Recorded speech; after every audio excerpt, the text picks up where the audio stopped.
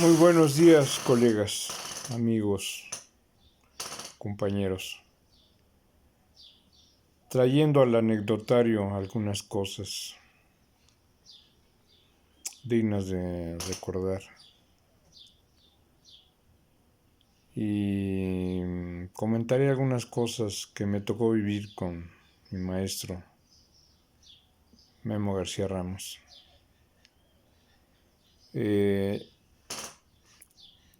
La extraordinaria capacidad de este hombre de enseñar, de no tener reparo en vertir todos sus conocimientos clínicos para que nosotros, siendo muchachos todavía, estando en la residencia, se desviviera por enseñar con pasión. Memo de repente se paraba a las 4 o 5 de la mañana, andaba por ahí, se metía al instituto y órale, a ver casos, a revisar casos o a leer electros, a pasar visita, cosas así. Una cosa que era una leyenda. Entonces era muy difícil seguir el paso, muy difícil. Sí, señor. En ese sentido era único y es único. Esa pasión por aprender y por enseñar. Nunca había visto yo a un ser tan particular en sus cualidades para adquirir nuevo conocimiento, para aplicarlo y para enseñarlo. Con una transparencia, con una claridad de conceptos propia de una persona que se la vivía estudiando y que se la vive todavía estudiando y leyendo. Ese es y ese era Memo García Ramos. Ese es. Y voy a comentar aquí algunas anécdotas que me tocó vivir con él como clínico. Teníamos las sesiones nosotros de los viernes, en las cuales fomentaba mucho la camaradería, algo que deberíamos de hacer aquí, ya en plan de cuates, ¿no? En plan tranquilo, habiendo trascendido muchas cosas de nuestras vidas. Y en estas sesiones se presentaban casos, ya sea de la consulta externa, casos raros, y casos también del piso. Entonces al R1 le tocaba ver el aspecto meramente sintomático o de exploración de signos, cómo se exploraba correctamente un signo, qué significado tenía, cómo se integraba anatómicamente, y toda esa cuestión. Entonces eso le tocaba la parte básica al R1. Al R2 le tocaba el aspecto sindromático.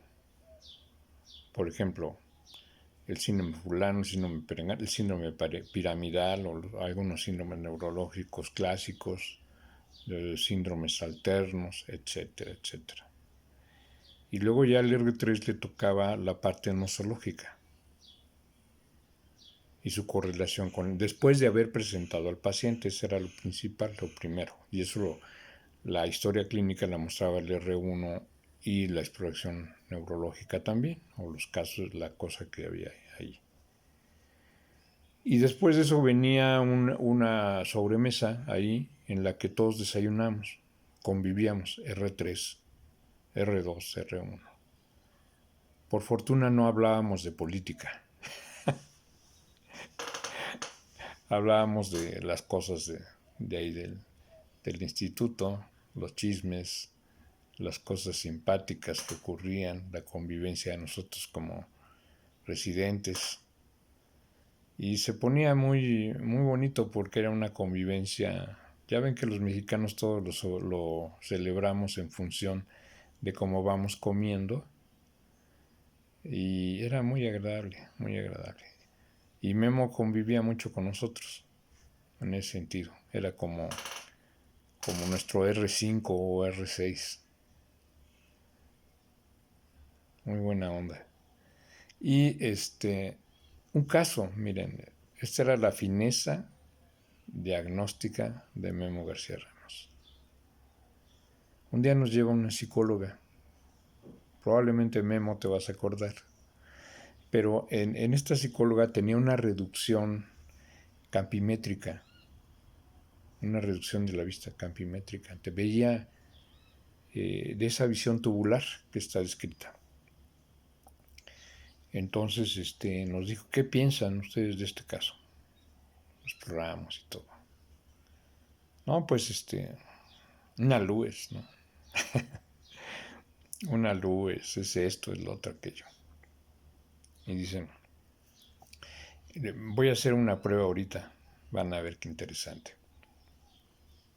Entonces pone a la paciente enfrente de él, está explorando la campimetría, y Memo se va retirando.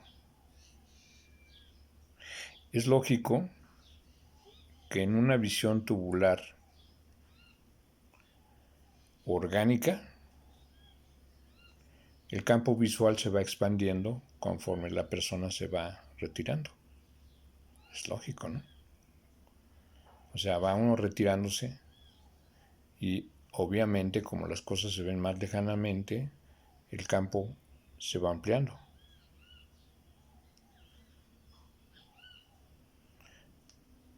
Es natural que así suceda en una déficit campimétrico orgánico.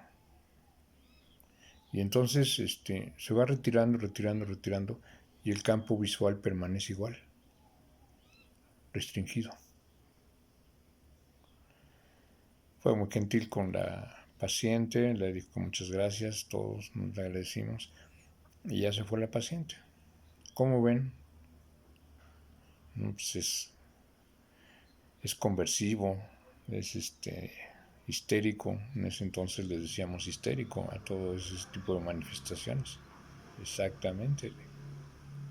Una simple maniobra nos llevó a demostrar que había una situación conversiva de fondo. Ese fue un ejemplo que a mí me dejó muy asombrado de cómo lo hizo y cómo una maniobra tan simple que yo en ese momento desconocía y es lógica, pues puede dar tanta información.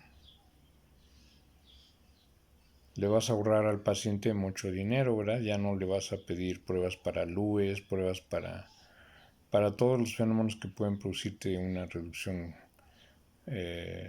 tubular del campo visual.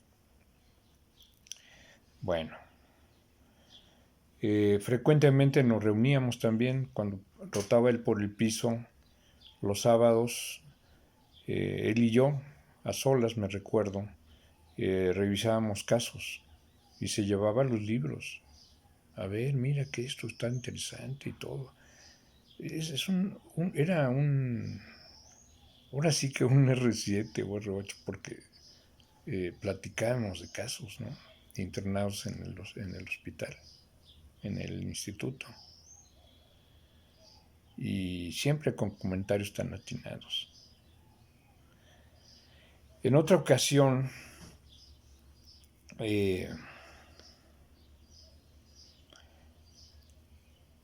este también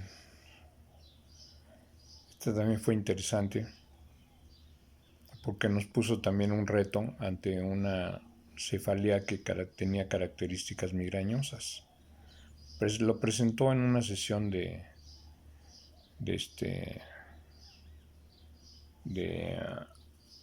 miércoles. En las sesiones de miércoles se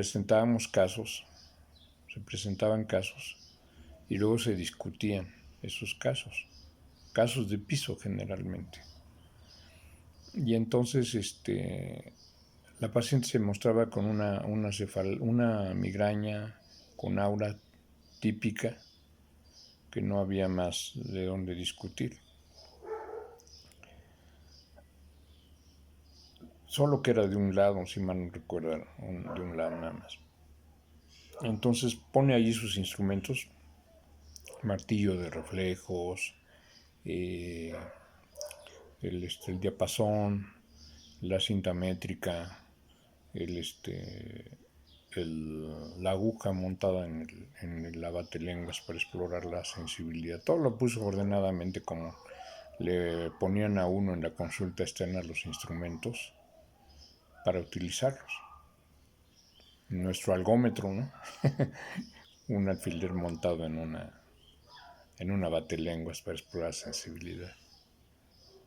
No sé si se sigue haciendo en los hospitales, pero era nuestro algómetro para explorar la sensibilidad. Y está bien porque al percutir la piel lo hace siempre uno con la misma fuerza, entonces es más fácil y más equilibrada buscar la sensibilidad algésica de esa manera.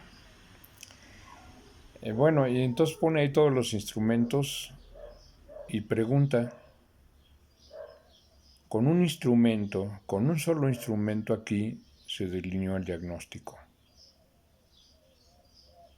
Y todo el mundo se queda callado en el auditorio.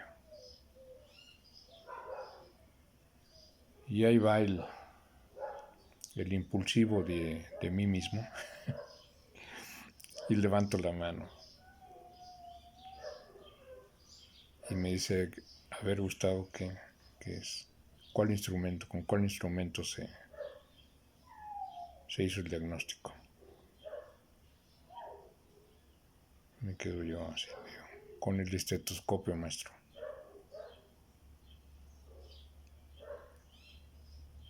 A ver, pásale.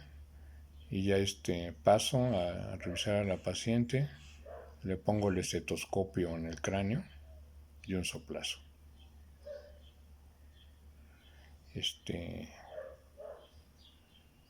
Era una malformación vascular. ¿Cuántos había visto así? Ninguno, pero ya lo había leído. Ya lo había encontrado. Esa fue una experiencia que me tocó ver con Memo. Él implementó los exámenes, que yo sepa, que invitaba a la honestidad. Entonces los exámenes eran exámenes de falso, verdadero y no sé. Entonces, en esos exámenes se obligaba a todo mundo a ser honestos. Porque cuando contestabas una falsa por verdadera, te bajaba a un punto.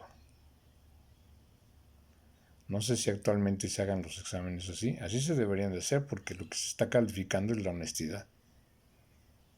La solidez de un conocimiento, porque si aprendes cosas falsas, no está bien. Es mejor no saberlo que saberlo mal, que saberlo mal. Entonces, en ese sentido, él introdujo ese tipo de preguntas en los reactivos y era muy interesante. Todos salíamos mal, por deshonestos, por poner falsas por verdaderas o verdaderas por falsas. Entonces salíamos con calificaciones algebraicamente por abajo del cero. Y nos hacía exámenes de electroencefalografía y de algunas cosas. Frecuentemente estaba en las sesiones de los residentes a las 7 de la mañana, cuando nos poníamos a sudar frío, de a quién le tocaba la discusión clínica, por ejemplo, de los miércoles. Nos daban una historia clínica anterior, entonces teníamos que estudiarla. Y la ponían en una vasija y alguien sacaba a ver a quién le tocaba. Pues fulanito, órale, arráncate, te toca a ti la discusión clínica. Y cuidado que no lo supieras, ¿no? Guarda y de castigo. Nunca tuve esa mala suerte, afortunadamente, pero de repente llegué a ir sin haber leído la historia. Y me sometí a la fuerza del destino a no ver, a que no me hubieran elegido en la discusión, pero pues ustedes saben, cuando de repente estaban con guardias, con varios ingresos que tenían que hacer y la habían pasado muy mal y luego tenían que leer al vapor la historia clínica y no haberlo preparado el caso, uy, a mí me sudaban las manos, dije a ver a qué horas me toca ahorita y no, lo salvé algunas veces por la suerte. Días increíbles, días increíbles con Memo García Ramos, nuestro maestro, nuestro tutor de todos nosotros,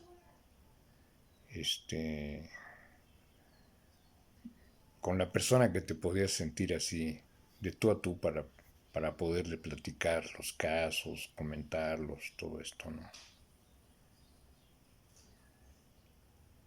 Memo García Ramos, no se puede entender al instituto sin, sin Memo García Ramos en su papel de maestro nuestro.